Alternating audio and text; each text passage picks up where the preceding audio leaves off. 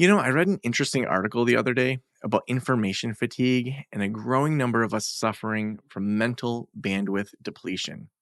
There's just too much information out there. You read one blog, then another one, and pretty soon you're confused as to what you should or shouldn't be doing. It's tough out there. That's why myself and the Practice of the Practice team have created a free 28-step private practice checklist for people who want to start their own practice, whether it's a side gig or a full time job. This free checklist will help you go from 0 to 40K quickly with video walkthroughs and paced out emails. Also, useful steps for retaining clients and finding new ones. The best thing is it's no nonsense. It's no frills. It's just everything you need to start seeing clients.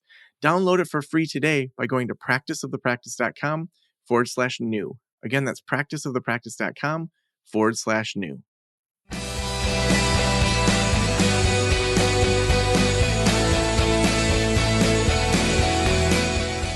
This is the Practice of the Practice podcast with Joe Sanok, session number 890.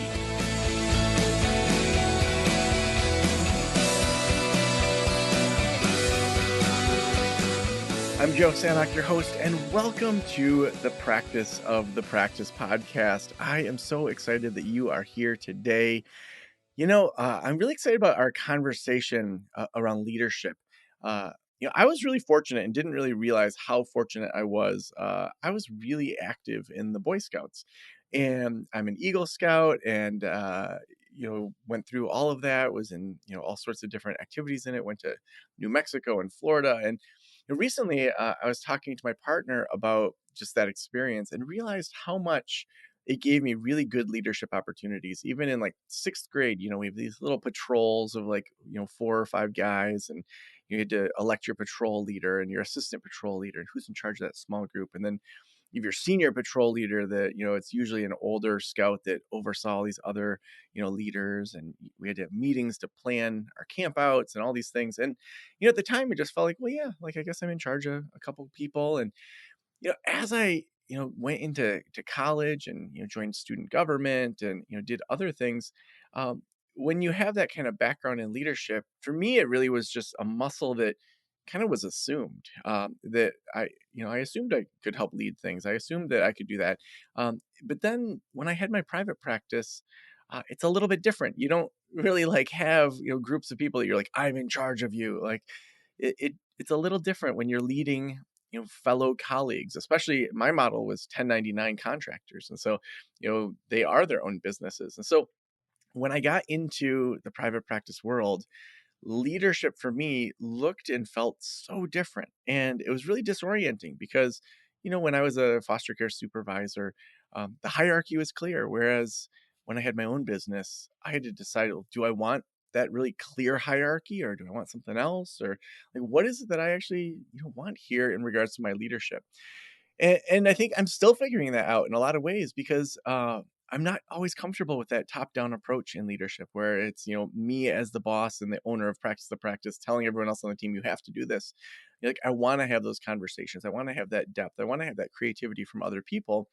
And so that's why I'm so excited today to have HR Huntsman. HR, after retiring from his first company he founded at age 28, he quickly developed a reputation for being an exceptional organizational strategist and executive coach.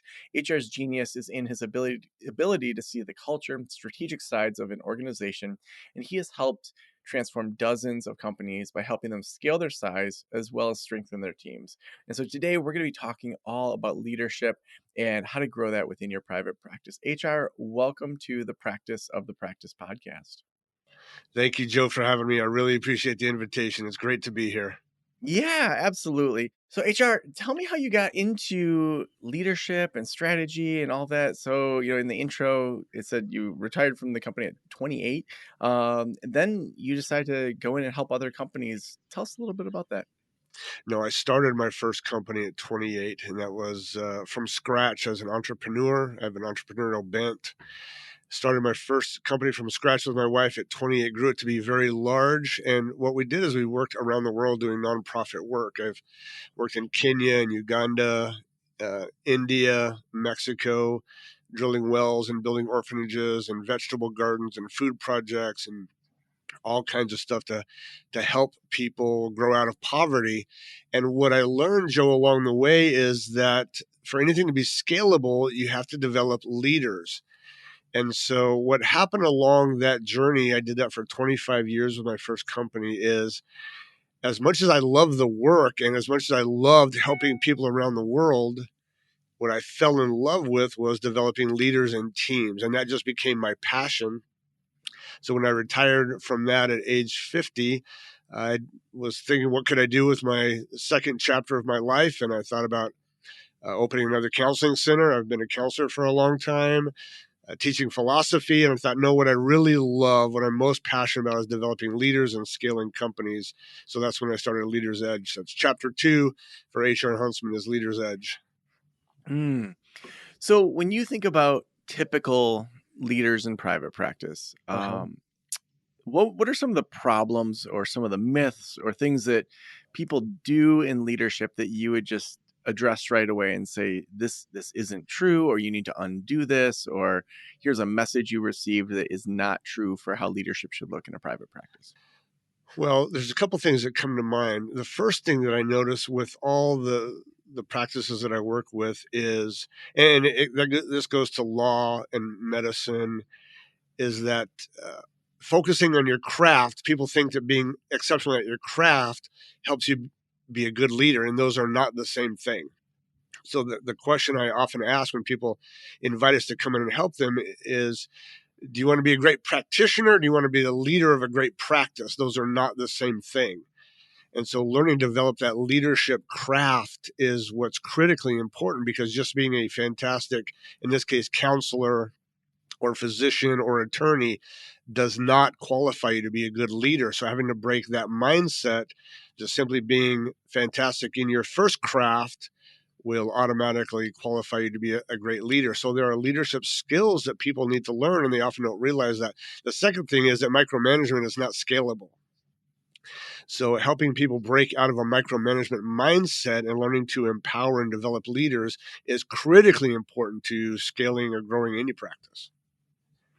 Hmm. So micromanagement isn't scalable. One thing that I hear with so many of my consulting clients that are looking at leveling up is nobody can do this like I do it. And they're like, this is my baby, which I often challenge and say, there's parts of your business you need to kill. There's never parts of your child that you need to kill. So so it shouldn't be your baby. That's a terrible analogy, because then you hold on to things unnecessarily. That's right. Uh, but how would you help people move away from micromanagement? Because what I see is, sometimes it comes from some anxiety that's like not really addressed. So, for example, I was just talking to someone today that they pay someone to do all their show notes for their podcast, do all the editing, and then they go through it and re-edit what this other professional is doing, even though they're just the podcaster. I mean, it's like, it's their own anxiety over it, where nobody cares the difference between what that person would do and what you would add in there in those couple hours. There's no ROI on that other than your own satisfaction. So when you're talking micromanagement, why do people fall into that trap, and how can they get out of it? Joe, first of all, you can tell that you're a counselor because you went right to the root that there is a lot of fear and insecurity that drives that. That's really the core issue here. It's not the tactical or logistical or operational thing itself. It's the driver of that, and it's always some sort of fear. So sure, we address that fear first of getting people to break their white knuckle grip off of whatever it is. And once we begin to address that, then we can address the operational side of it. And again, developing other people. And it's probably true they may or may not be able to do it as good as you to begin with, but keeping a long-term vision in place is critically important here. And what I always do is remind them that you will not be able to scale. You will be putting out fires every day. You will be babysitting every day until you learn to let go of some things and give people the freedom to try, even the freedom to fail, maybe not do as well as you, so that you can focus on what's most important.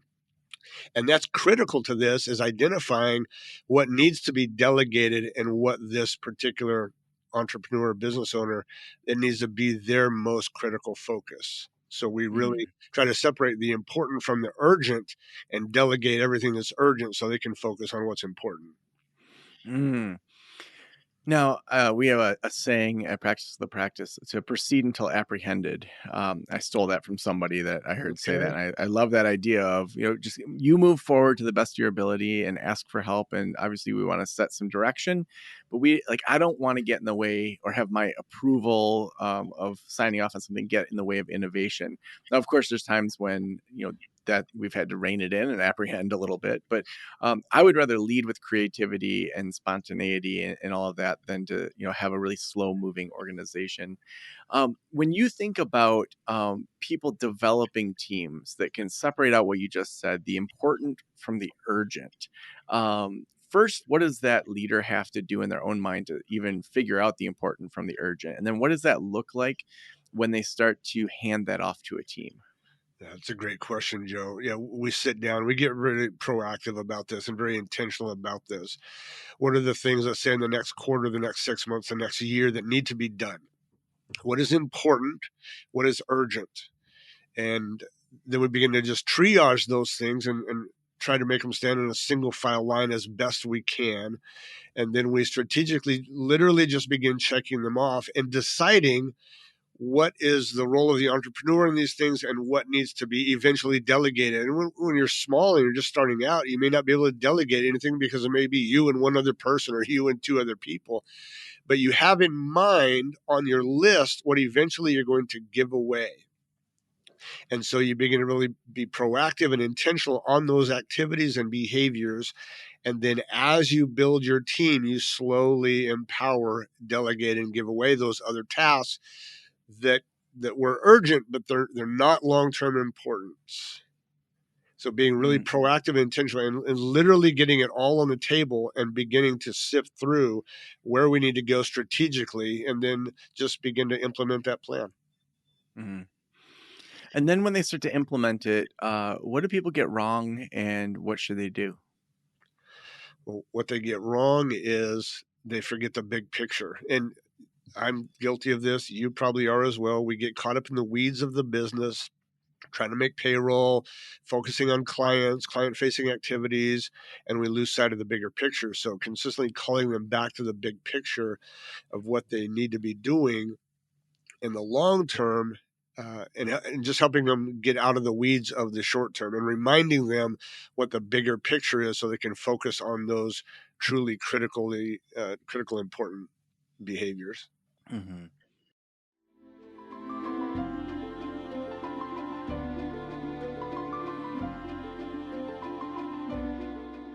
Going in network with insurance can be tough. I know when I took insurance, there were long wait times and it was so confusing. Filing all the right paperwork is time consuming and tedious. And even after you're done, it can take months to get credentialed and start seeing clients. That's why Alma makes it easy and financially rewarding to accept insurance. When you join their insurance program, you can get credentialed within 45 days and access enhanced reimbursement rates with major payers. They also handle all of the paperwork from eligibility checks to claims submissions and guarantee payment within 2 weeks of each appointment. Once you've joined Alma's insurance program, you can see clients in your state of licensure, regardless of where you're working from. It's amazing to know that you can be fully online. Learn more about building a thriving practice with Alma at helloalma.com/Joe. That's hello, ALMA.com/Joe to get started. Now, as leaders start to step back a little bit, what can they do to focus on the important? How do they identify that? And then what does that look like? So here's the way I did it in my own business, the one I started at 28. I was doing everything. I was mowing the lawn and cleaning the toilets and doing the books and hiring and so I had to even every year I would go away and determine, okay, this next year, what is it that I need to give away? And I just begin to scale down and whittle away at my responsibility list. And so then I teach that same activity to all the leaders, all the practitioners that I work with is every once in a while we're going to just take some time away, and it's usually during our executive coaching sessions, and figure out what are you doing now that is not in your best interest to be doing a year from now. And I try to get them to focus on the most important activities, which in my belief, are these three things. You're the chief vision caster. No one should be the chief storyteller of the organization more than you. You're the chief leadership developer, and you are in charge of big relationships. So we identify the things that you and no one else should be doing primarily, but everything besides that, we can delegate. We can give away and empower other people. So the way that I teach it is discover the things that you and you alone should be most responsible for, and everything else we try to give away. Mm. I love that idea of big relationships or big partnerships, That's right. compared to just, the smaller things that someone else can handle. How do you define that in a private practice? What would be ones that you would classify as those big partnerships, and what would be ones that you'd want an executive assistant or Right. a clinical director or someone else to handle? Yeah, Joe, that's a fantastic question that we work with quite a bit. In private practice, whether it's law or counseling or medical, it's going to be your big referral partners. The big partners that are at the top of the funnel that help drive business and relationships your way. Owners want to talk to owners. They don't want to talk to your marketing person. So those are the big relations I get all my practice leaders to focus on. Those big referral networking partnerships. Mm. And and over time, I imagine that changes. When do you know when it's time to hand it off to someone else, or if you as the owner start as that main point of contact, you just maintain that even if you feel you've outgrown that partnership? Yeah, I'd have to see what outgrowing that partnership looks like. What would cause someone to think they've outgrown that partnership. But I always ask my leaders to maintain those owner to owner relationships. Those I think are really key long term. Develop those, whether it's out to lunch, dinners, on a boat, playing golf, whatever it is. Keep those warm, keep those fluid, maintain those. Those tend to help really drive the businesses that I work with. Mm. And what do you think is missed in these conversations about leadership that you teach or that you see that is easy for people to miss or to not think about? Oh, that's easy. It's storytelling. Mm. Most leaders focus on logistics and operations, and they don't remind the tribe of the story and why the tribe exists and what the big picture is and what we're really trying to do. Most leaders focus on, like I said, just the operations and day-to-day activities, and they're not well honed or crafted storytellers. And I think that's really important to understand. Those of us that come from the nonprofit world, which is where I cut my teeth in the first half of my career, is we have to be great storytellers to motivate people to give to these big projects in Uganda or Kenya, or reminding them how they're changing the world. I help people give away millions of dollars to projects they may never see based on moving them emotionally and intellectually. And most business owners have never crafted that skill. So they don't know how to lead their teams in that way. They only try to use dollars or benefit programs, but they don't have messages that have meaning and power, world changing ideas.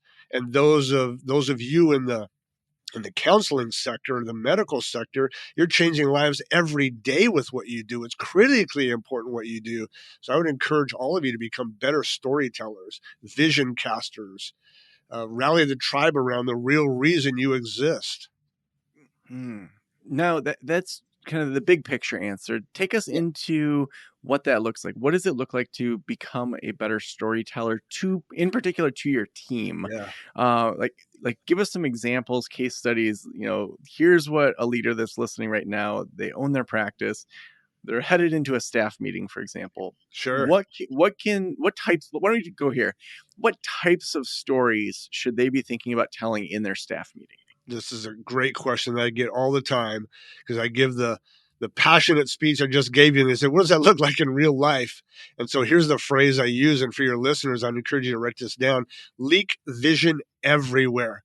So at every opportunity, whether you're just walking down the hallway, you overhear a great phone conversation, you're heading into this staff meeting that you just set up for me, you're finding a place to leak vision everywhere. Remind us what we're about. You can tell the story of some great conversation you just had, or a life that you just changed, or Mrs. Smith came in and now she's talking about how her family is healthier and her marriage is saved. And remind everybody of that story of of how you impacted that life. There was a head trauma or there was some sort of PTSD going on, and now they're thanking you for giving them freedom and emotional health and clarity, mental strength. They're not worried about stress as much as they were. Remind them that this is why we exist. So you head in that staff meeting, you tell that story, you call them up to that level, and then you talk about the operations and the functions. And let's get this system right of how we handle intake so that we can help the future Mrs. Smith that come into our office along the way. I love that. I love that. Um, are there any storytelling techniques that you've picked up along the way that can help people, think through what makes a good story versus a story that, wow, you really over verbalized that story. Like, Right. let's get back to work. Right. The real key here is to connect the story to the operations. Like in my example I just did, we helped Mrs. Smith with her marriage and overcoming trauma or dealing with sexual assault or whatever it is. You tell the story and then you connect it to the behaviors of what we're doing here at ABC Practice. And so the way we want to keep doing that, gang, is, I use intake as an example. We want to make sure we get this intake process down so when we're handed off to the therapist, there's a just smooth transition there. So connect the story to the operations that we're dealing with, because as you're alluding to, Joe, you don't want to keep people just on that high level of vision casting. It needs to be connected to the operation. So tell the story, connect it to what we're doing, and then figure out ways to get that done better. Mhm. Well, HR, the last question I always ask is, if every private practitioner in the world were listening right now, what would you want them to know? I would want you to know, just remind you what you already know, that you do incredible work. You are changing lives every single day. I appreciate what you do. I applaud what you do. I thank you for what you do. And I encourage you not just to hone that craft, but hone your leadership craft so that you can help your team reach more and more people, because what you do is changing the world. So thank you. Mm. And if people want to connect with you, if they want to learn more about leadership and engage with your resources, where's the best place for them to go and to check that out? Yeah, a couple places you could go and look at my LinkedIn profile. So HR Huntsman, find me there. And then, of course, you can go to my website, or the website is yourleadersedge.com, or email me, hr@yourleadersedge.com. And I'd love to chat with you. So awesome. Well, thank you so much for being on the Practice of the Practice podcast today. Thank you, Joe. I really appreciate you having me. Keep up the great work.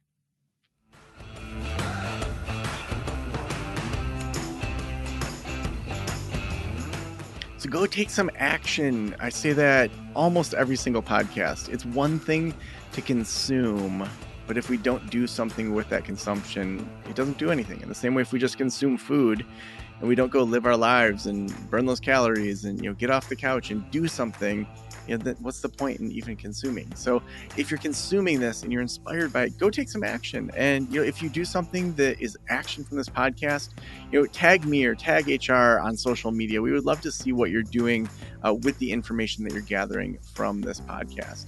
And we also could not do this podcast without our amazing sponsors. Today's sponsor is Alma, and Alma gives clinicians the tools that they need to build thriving private practices. And when you join their insurance program, you can get credentialed within 45 days. They also handle paperwork, eligibility checks, guaranteed payments within 2 weeks of each appointment. You can learn more about a thriving private practice and how you can build one of those over at helloalma.com/Joe. That's hello, ALMA.com/Joe to get started. Thank you so much for letting me into your ears and into your brain. Have an amazing day. I'll talk to you soon. Special thanks to the band Silence is Sexy for that intro music, and this podcast is designed to provide accurate and authoritative information in regard to the subject matter covered. It is given with the understanding that neither the host, the producers, the publishers, or guests are rendering legal, accounting, clinical, or other professional information. If you want a professional, you should find one.